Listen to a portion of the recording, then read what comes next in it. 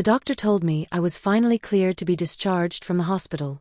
I frowned, looking down at the drab hospital gown draped over my body.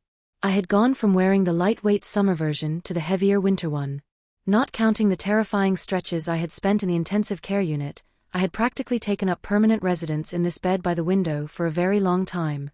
Elliot was bent over, helping my mom pack up my belongings. They were chatting and laughing together, completely unable to hide their genuine joy. Gritting my teeth, I reached out and grabbed the sleeve of my attending physician's white coat. Filled with anxiety, I stammered, but there are still so many things I can't remember clearly. Whole stretches of time in my memory remained completely blank. This void left me feeling like a castle built in the clouds, lacking any solid foundation, constantly swaying, and threatening to collapse at any given moment. I had no idea who I truly was, nor did I understand what my existence in this world even meant anymore. The doctor patted my hand gently and explained that there was currently no miracle cure for the kind of amnesia caused by my severe brain trauma. I felt a crushing wave of disappointment, but he quickly followed up with an encouraging tone, reminding me that I occasionally had dreams about my past. He told me that these dreams were a sign that my memories were slowly reorganizing and recovering on their own. Hearing him put it that way brought me a significant amount of relief. Over the past 2 or 3 months, my wounds had gradually begun to heal, no longer subjecting me to that agonizing bone-deep pain every single second, which finally allowed me the luxury of sleeping soundly through the night. Perhaps because my mind was finally at ease, those fragmented pieces of memory started to slowly drift up from somewhere deep inside me, reshaping themselves in my dreams and helping me recall quite a few moments from my life. I remembered being a little girl at a summer neighborhood street fair, where a scruffy-looking man handed me a piece of candy and tried to drag me away. Thankfully, a vendor shouting from a nearby stall scared the creep off.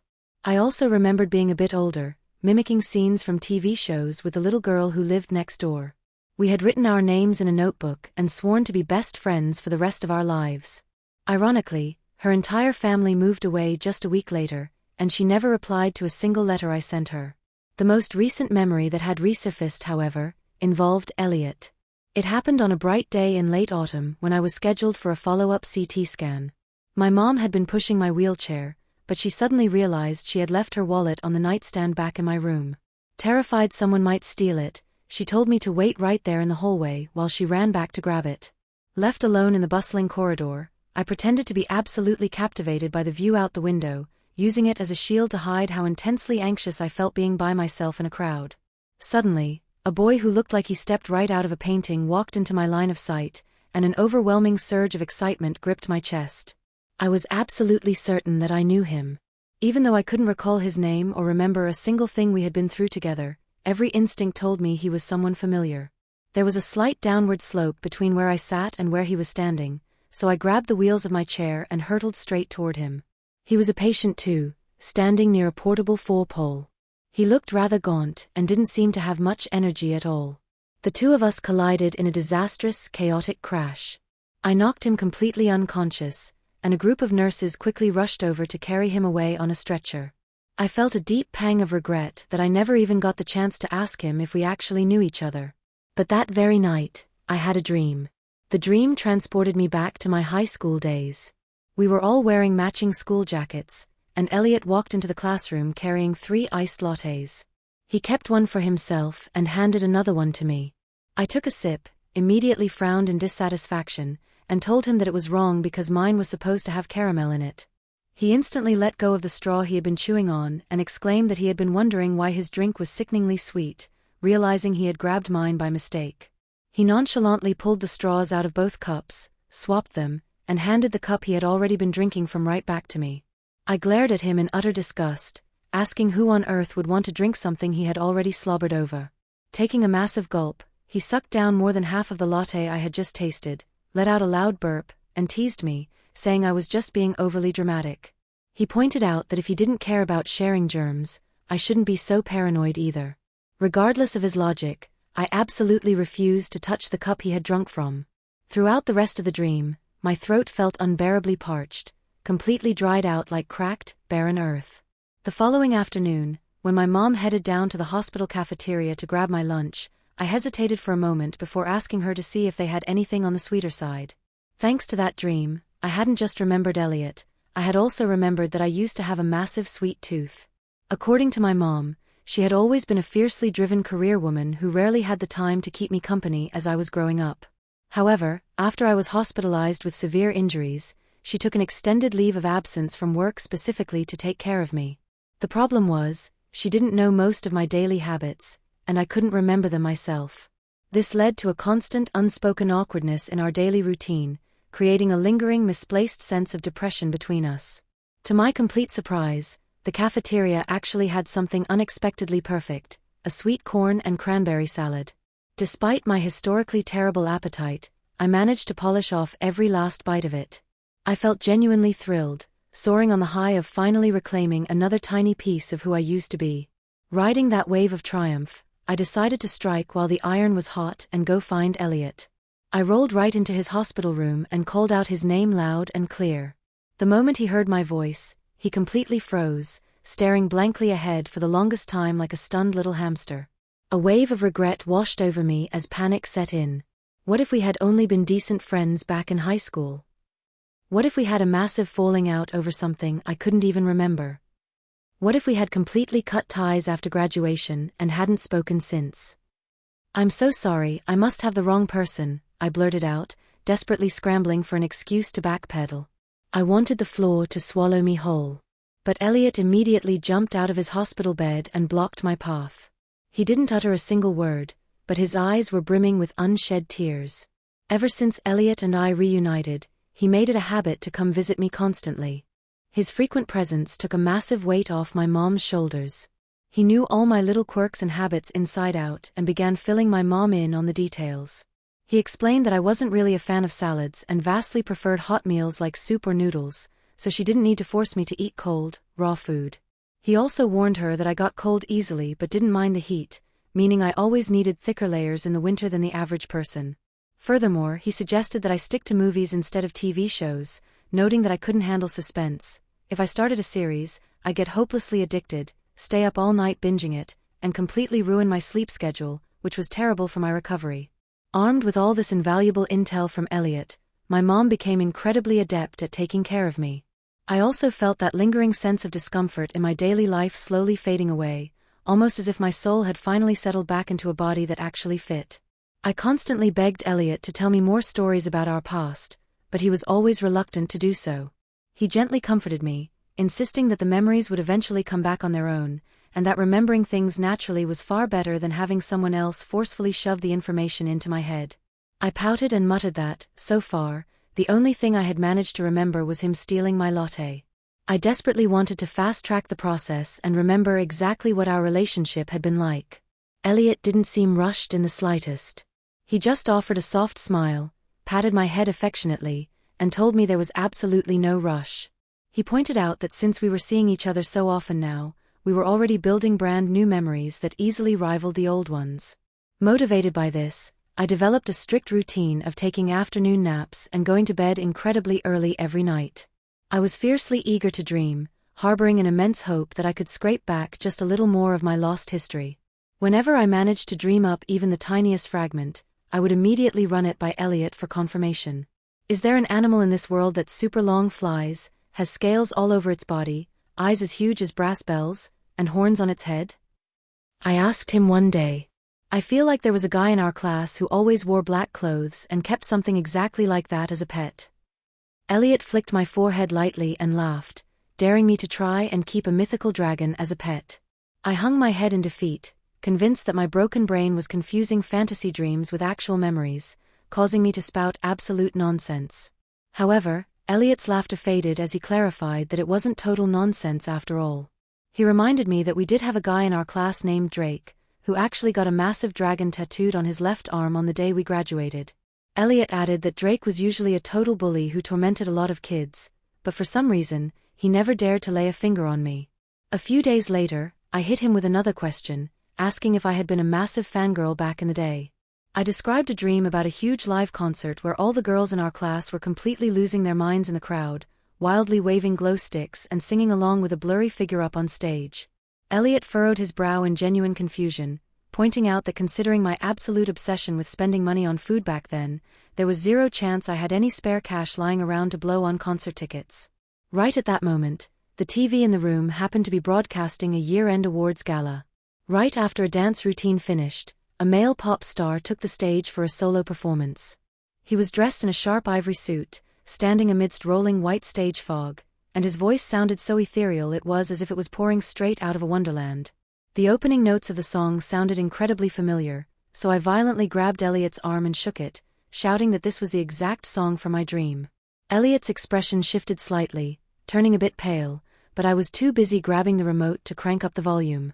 I started humming along, stumbling over the lyrics at first before falling into a familiar rhythm and softly singing the harmony. When the song finally ended, I muttered to myself in revelation, figuring that I must have been fiercely obsessed with this particular celebrity back in the day. I confidently declared that I was going to buy a poster of him the very next day and slap it right on my wall so I could stare at it all the time. Once I was finally discharged from a hospital, the speed at which my memories were returning seemed to kick into overdrive. I figured that being free from the claustrophobic confines of my hospital room and returning to my familiar living environment allowed all the little everyday objects around me to serve as potent triggers for my dreams. I successfully remembered the name of the guy who ran the local convenience store. I recalled that the little girl in the neighborhood who always begged me to tutor her was absolutely obsessed with Jell-O cups. I even remembered that the gorgeous woman who constantly fed the stray cats on our block was currently navigating a long-distance relationship across different countries with her boyfriend. Eager for more breakthroughs, I hounded Elliot to take me back to our old high school, convinced that walking those halls might unlock even more of my past. Whenever I brought the idea up, Elliot always deflected, using the excuse that he was simply too swamped with things to do. After getting rejected several times, I angrily threw down the gauntlet and snapped that I would just go by myself then. Only then did he reluctantly agree to escort me there on Saturday morning. Our old high school campus was heavily planted with trees, and some of them had already burst into bloom, their branches cascading down from high above like brilliant red waterfalls. I wandered into our old classroom and stared at the empty desks, mentally mapping the faces of the classmates I had already remembered onto their respective seats. In the end, I was pretty thrilled to discover that I only drew a blank on about 40% of the desks. I considered that a remarkably solid passing grade, especially since every class naturally had a few background characters who faded from memory pretty quickly anyway. I took my time slowly traversing the massive school grounds, meticulously examining every single corner. Eventually, I made my way out to the athletic field, practically sprinting up the steps to the main grandstand stage. Cupping my hands around my mouth to form a makeshift megaphone, I shouted a loud "Hey!" at Elliot, who was standing way out in the dead center of the field. He glanced up at me with visible unease, clearly having no idea what kind of stunt I was trying to pull. I wasn't entirely sure if something was heavily weighing on his mind, but he had been acting incredibly distracted and absent-minded the entire morning. Beaming with a wide, radiant smile, I continued to yell out to him, announcing that over the past few weeks, I had actually dreamed up a ton of new memories without asking him to verify any of them. I told him that just by coming to the school today and seeing everything for myself, I didn't even need his confirmation to know that those dreams were 100% real. One summer when I got heat stroke and passed out cold, you stayed right by my side in the nurse's office for hours, just waiting for me to finally wake up, didn't you? I called out. And that one time a scammer called and lied to me, saying my mom had been hit by a car, was in the hospital, and desperately needed me to wire a $3,000 deposit for emergency surgery. When I tried calling my mom's cell phone and it went straight to voicemail, I completely lost my mind with panic, but you were the one who grabbed me in a tight hug and begged me not to cry or freak out, right? Oh, and another thing. At Christmas, you wrote me a card confessing that you liked me, but then you totally chickened out, shoved it at the bottom of a drawer, and forgot all about it. And then the following April when I borrowed a novel from you, I accidentally found that unsent card tucked right inside the pages. Elliot just stood there rooted to the spot, completely dumbfounded, his mouth hanging slightly open in shock. Ever since I ditched the wheelchair after getting out of the hospital, I had been painstakingly cautious whenever I walked, terrified of tripping or bumping into things. But today, I felt as joyous and unburdened as a young deer sprinting through a forest. I leaped straight off the grandstand stage and sprinted as fast as I could right toward him. As I got closer and closer, I suddenly realized there wasn't a single trace of happiness on his face. A sharp blast of cold wind hit me, instantly sobering me up and snapping me out of my euphoria. It dawned on me that while these resurfaced memories were incredibly precious to me, to anyone else, they were probably just ancient history that had been buried and moved on from a long time ago. After all, He was really nothing more than a genuinely kind-hearted old classmate. I slammed on the brakes, skidding to a harsh halt, desperately trying to play it cool and pretend like everything was perfectly normal. But Elliot broke the silence, his voice tight as he asked, "Is that it?" "What?" I replied, genuinely confused. "Are those really the only things you've managed to remember?" he asked, letting out a heavy, deflated sigh. "Yeah," I nodded. "Is there something massive I'm supposed to remember but haven't yet?" "Of course there is," he said, hesitating for a brief second. "I bought you lattes for 3 straight years. I sacrificed a massive chunk of my own free time to tutor you in math and physics. Whenever it rained, I gave you my umbrella and sprinted home completely soaked. There are a million little things that piled up over the years, and if you never remember those, I'm going to feel incredibly ripped off." Hearing him list all of that made me feel a deep, stinging sense of guilt. I bowed my head in shame, catching a glimpse of my watch out of the corner of my eye, and realized it was already 1 o'clock in the afternoon. I was perfectly fine skipping lunch, but skipping my afternoon nap was an absolute deal-breaker. 1 to 2 o'clock was my strictly designated sleeping hour. Nowadays, I violently refused to miss out on even a single second of my scheduled sleep time. "Let's head back," I suggested. He had pedaled me all the way to the school on his bicycle that morning, so naturally, we were riding it back home too. I wrapped my arms securely around Elliot's waist, settling in firmly, and adopted a slightly whiny, pleading tone, demanding that he pedal slowly because I fully intended to take a nap on the back and didn't want him hitting any bumps and waking me up. He nodded in agreement, promising he would. True to his word, he pedaled at an incredibly sluggish, gentle pace, stretching those fleeting moments out like warm, pulling taffy. Things between Elliot and me started to feel distinctly weird, almost as if an invisible sheer veil had been drawn between us. I had remembered that unsent Christmas confession card, yet he stubbornly refused to breathe a single word about whether or not he still had any feelings for me now. However, when it came to actual companionship, he spent vastly more time hanging out with me than even my own mom did, especially now that she had fully plunged back into her demanding career. My bedroom walls were completely plastered with posters of that male pop star from the year-end awards show. I frequently found myself whispering secrets to the posters and obsessively dissecting the lyrics of his love songs as if they were profound philosophical truths. Unfortunately, no matter how hard I searched, I couldn't find the ultimate answer to whether Elliot and I were ever truly in love or not. Eventually, the day arrived when that same pop star announced a tour stop right in my city. Given his skyrocketing popularity, getting your hands on a ticket was practically impossible. I camped out overnight in front of the box office window, completely brimming with hope, absolutely determined that I had to go to his concert again. I figured that experiencing it live might be the key to triggering more of my lost past, and perhaps it would finally give me the missing puzzle pieces I needed to solve the mystery between Elliot and me.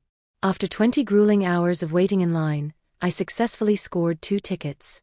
I immediately invited Elliot to come to the show with me. On the night of the concert, the lighting, the elaborate stage design, and the pop star's performance were all absolutely flawless. Even the most notoriously vicious and critical music reviewers were throwing unanimous praise at the show. But absolutely no one could comprehend the profound emptiness eating away at me inside. I was standing there just like every other rabid fan, tightly gripping a glow stick and waving it in the air. Every single face around me was painted with pure euphoric intoxication, but I felt utterly isolated and terrifyingly out of place, chilled to the bone. I felt exactly like someone who didn't know how to swim, yet had recklessly hurled themselves into the raging ocean, desperately hoping to fit in but completely failing to enjoy the magic of the night. Noticing how pale and utterly miserable I looked, Elliot grabbed my hand right in the middle of the concert and dragged me out of the venue. As we exited, I saw massive crowds of guys and girls who hadn't been able to snag tickets, still pathetically lingering outside the arena, desperately hoping to catch a stray note. My heart grew colder and heavier by the second. Why couldn't I feel that intense, burning fanaticism I was supposed to have? It genuinely felt as if I had never actually been a fan of this blindingly radiant idol in my entire life.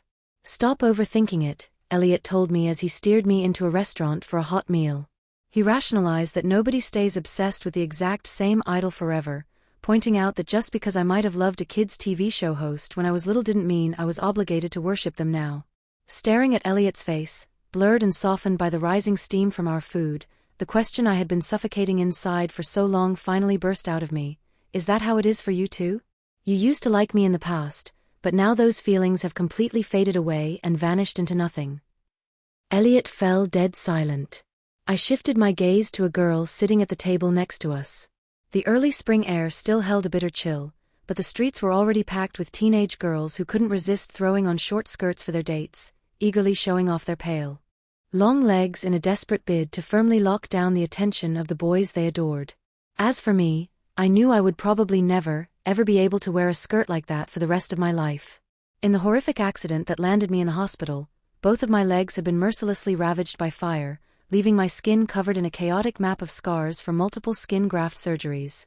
I looked exactly like a grotesque, broken rag doll hastily stitched together from mismatched scraps of fabric, incredibly ugly and hard to look at. On top of all that, I was an amnesiac whose brain couldn't exactly be considered normal anymore. It was only human nature that Elliot couldn't accept someone as damaged as me. The mere fact that he was willing to stay by my side and keep me company was already a terrifyingly rare act of pure kindness in this world. The real problem was my own pathetic, festering greed. Forcing a painfully strained smile, I swallowed the lump in my throat and told him, "I totally understand, and I'm really, really grateful." The second Elliot saw that fake smile plastered on my face, he flared up with sudden, intense anger, as if he could read every self-pitying thought racing through my head. "Nora!" He shouted my name, his tone more dead serious than I had ever heard it. He aggressively stated that he didn't give a damn about my physical scars or lingering symptoms. He declared that if he truly liked someone, he would make absolute sure he was the person who loved her the most in the entire world, and no matter what horrific tragedies or changes happened, that devotion wouldn't alter for a single second in his entire life. He went on to explain the truth behind that confession card, revealing that he had genuinely been hoping I would just dream up the rest of the memory one day and naturally untangle the massive misunderstanding myself. He pointed out that while I remembered borrowing the novel in April and discovering the Christmas card tucked inside with the words "I like you" written on it, I had completely failed to remember that the specific date was April Fool's Day. He insisted that he was just being a reckless, immature kid pulling a classic prank on a girl, slipping a fake, unsent confession card into the book just to mess with me. He reminded me that I hadn't fallen for the joke for even a second back then, and had actually gotten so furious I nearly flipped his entire desk over. He finished by telling me that this was the crucial second half of the story that my dreams had conveniently left out. So that was the reality of it. Elliot and I had never been anything more than really good bros the entire time. Reframing it all in my head finally put my anxieties to rest. I stopped agonizing over what I stood to gain or lose with him and hurriedly urged him to sit back down and cool off. As more time passed, I completely stopped obsessing over hunting down my lost history. After all, I had successfully clawed back roughly 70 or 80% of it, so I figured whatever remaining 20 or 30% was still missing had to be completely trivial, throwaway details anyway. If I couldn't remember them, it really wasn't a big deal. Perhaps because my heart had finally let the burden go, I very rarely had those intense, memory-fueled dreams anymore. To all outward appearances, an entirely fresh, new life was eagerly waving at me, inviting me forward. Since getting out of the hospital, I had started doing a lot of volunteer work, constantly sharing my brutal battle with illness with other patients in the desperate hope that my story might offer them a shred of encouragement. There was one particular patient who was absolutely terrified of dying, entirely because everyone he knew who had contracted his specific disease had already passed away. He made it a solemn ritual to visit their graves at the cemetery every single month. During one of these visits, I was carefully supporting his weight, helping him sit down on the stone steps right next to a headstone. He was extremely talkative that day, rambling on and on without any sign of stopping. Sitting there waiting for him to finish, I started getting incredibly bored and began aimlessly scanning the area, which was when I unexpectedly spotted a very familiar figure nearby. "Elliot," I called out as I walked over and tapped him gently on the shoulder, asking him who he was visiting. I cast a quick, fleeting glance at the grave and noticed a vibrant bouquet of fresh daisies resting right in front of the headstone. Elliot reached out to brush a dead leaf out of my hair and gave me a terribly vague answer, just saying it was a friend. "Oh," I replied softly, offering my condolences. I suddenly worried that the patient I had left behind might be working himself into an inconsolable emotional state all alone, so I quickly excused myself, saying I really needed to rush back and keep an eye on him. When I had walked a good distance away, I stole one last glance back over my shoulder. Elliot's eyes were stark red, and his lips were pressed tightly together in a silent, agonizing display of pure grief. I figured that whoever was buried there must have been an incredibly important friend to Elliot. After that completely random encounter at the cemetery, Elliot practically vanished and didn't come to see me for over half a month. Since I wasn't nearly as dependent on him as I used to be, I didn't let his absence bother me too much. In fact, I genuinely hoped his sudden disappearance meant he had finally met the right girl and was diving headfirst into a passionate, deeply romantic relationship. I had honestly assumed he was just slammed with other things, so I was completely floored when we crossed paths in a narrow aisle at the grocery store. The exact second he laid eyes on me, I watched him violently flinch and desperately scramble behind another aisle of shelves to hide. "Are you seriously dodging me right now?" I demanded, yanking him out from his hiding spot and putting on a fake vicious glare as I asked if he owed me a bunch of money that my broken brain had simply forgotten about. He intensely scanned my body up and down, staring at me for a painfully long time before finally croaking out, "Are you okay? Should there be something wrong with me?" I snapped back, shooting him a bewildered glare. Acting as if he had just miraculously survived a catastrophic disaster, he yanked me into a crushing hug and began frantically stroking my hair. He kept repeating that it was good that I was okay, and that everything was perfectly fine just the way it was, his voice practically trembling with sheer relief. Not long after, my mom broke the news that she was being permanently transferred to her company's overseas branch, and she asked if I was willing to pack up my entire life and go with her. Moving to a foreign country meant plunging myself into a fiercely unfamiliar environment. There wouldn't be a single familiar blade of grass or tree left to accidentally trigger a memory of my past, effectively guaranteeing that I would be saying goodbye to that old version of my life permanently. I was tearing my hair out trying to make a decision, so I figured I would hunt Elliot down and see what his take on the situation was. He completely ignored my phone calls, so I just marched directly over to his house to confront him in person. His mom answered the door and told me he was still in the bathroom washing up, inviting me to wait for him out in the living room.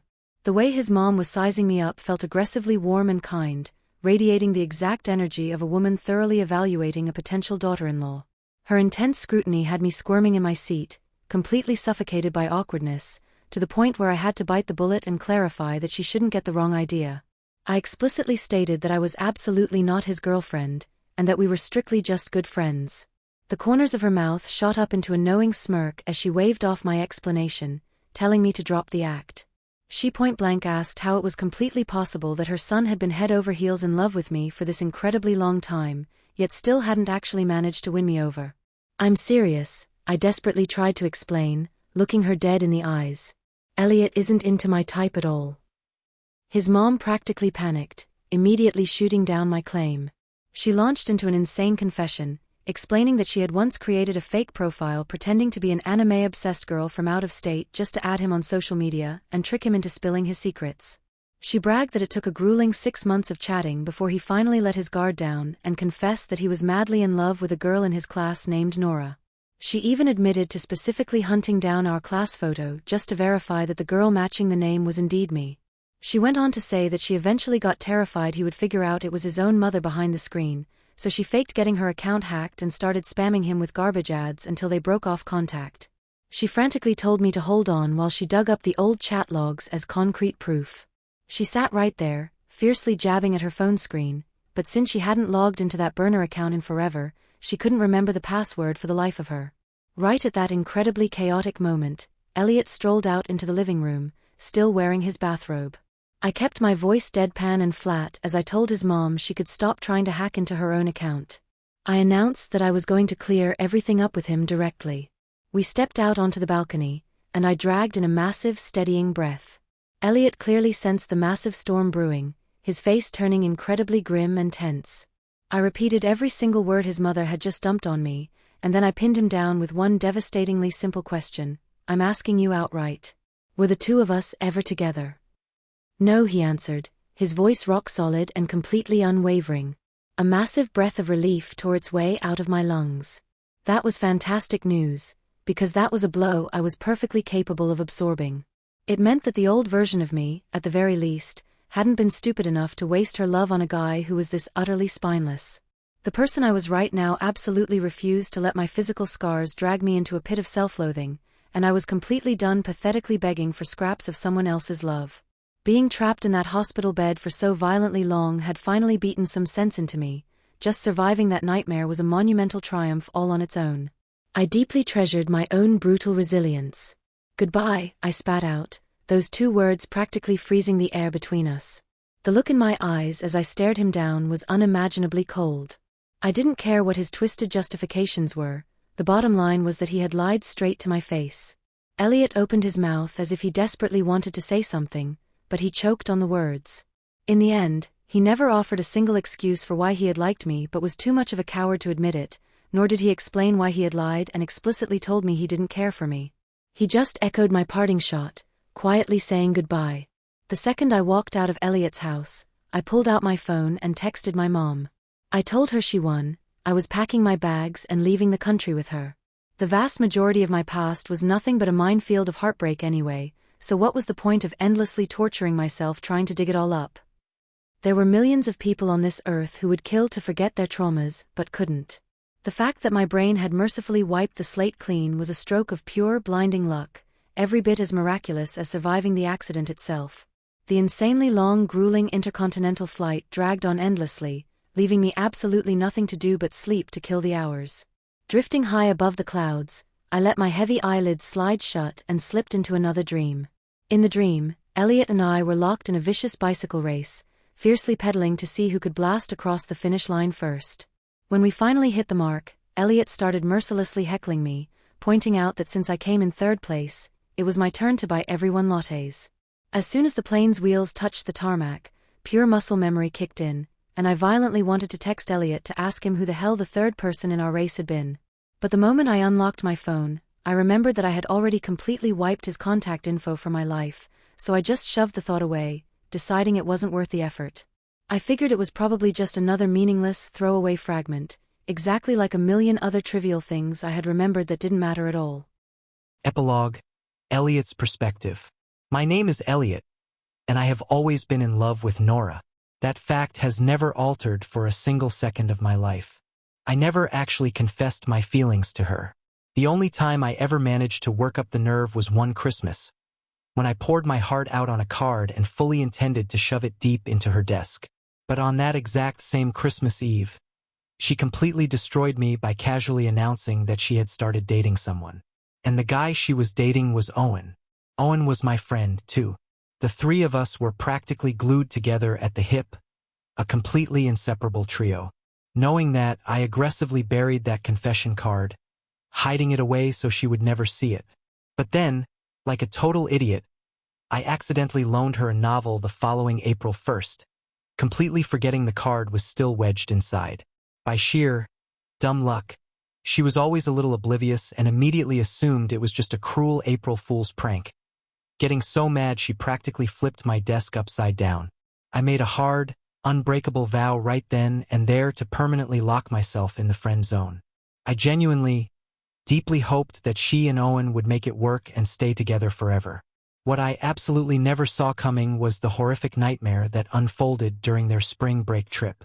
The bus they were riding in was involved in a catastrophic, massive collision that sparked a raging fire, leaving both of them critically, brutally injured. I completely lost my mind with panic and rushed straight to the hospital. Nora had sustained massive trauma to her head. Her legs were severely burned by the flames, and her eyes had been violently lacerated by shattered glass. But Owen, who had desperately thrown his own body over hers to shield her from the impact, had taken the absolute worst of it, and his life was rapidly slipping away. Inside the freezing intensive care unit, Owen actually managed to regain consciousness first. The very first words that scraped out of his ruined throat were a desperate question about Nora's condition. His family, who had always respected him immensely, didn't bother sugarcoating the grim reality. While his mind was still painfully lucid, Owen furiously demanded that they bring him the paperwork to sign a full organ donation consent form. He was a pre-med student in college. He understood the exact, fatal medical reality of his own shattered body. Since Nora had been left entirely blind, he ruthlessly insisted on donating his own corneas so she could see the world again. Since Nora's legs were covered in massive, horrific burns, and she didn't have enough healthy skin for autographs, he volunteered his own skin to be grafted onto her body. Meanwhile, Nora remained trapped in a deep, black coma, not waking up until long after those harrowing surgeries were already completely finished. During that entire nightmare, I stayed vigilantly by Owen's side, walking with him through the absolute final stretches of his life, which meant I never had a chance to go check on Nora. It was Owen's attending doctor who eventually broke the news to me that she had finally woken up, but that the brain trauma had left her with severe amnesia. When Owen finally passed, he did so with an incredible, peaceful sense of relief. He told me that if she completely forgot he ever existed, it would honestly be for the best. I made the brutal calculation that if Nora's brain had completely wiped Owen out, then it was safer if she wiped me out too, because the three of us were always together. I was terrified that simply looking at my face might violently trigger her memories of Owen, bringing all that agony crashing back down on her. From the second Nora woke up, I made absolute sure to never, ever show my face to her. That held true right up until the seasons shifted from fall to winter, when I came down with a hellish case of the flu and was forced to go to the hospital for an 4-drip. And then, out of nowhere, she literally crashed her wheelchair straight into me. She miraculously remembered my name, and I simply didn't have the heart to look her in the eye and pretend I had no idea who she was. At the same time, I learned that her dreams were slowly leaking fragments of her past back into her brain, and a deep, paralyzing fear gripped me that she was on a collision course to finally remembering Owen.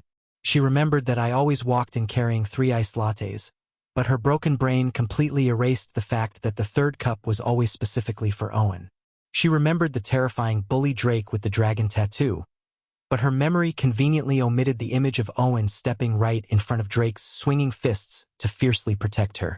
She remembered the entire class of girls screaming their heads off at a huge live performance, but she couldn't grasp that it wasn't some massive celebrity concert. It was the regional high school arts festival, and the person up on stage singing and playing the guitar was Owen.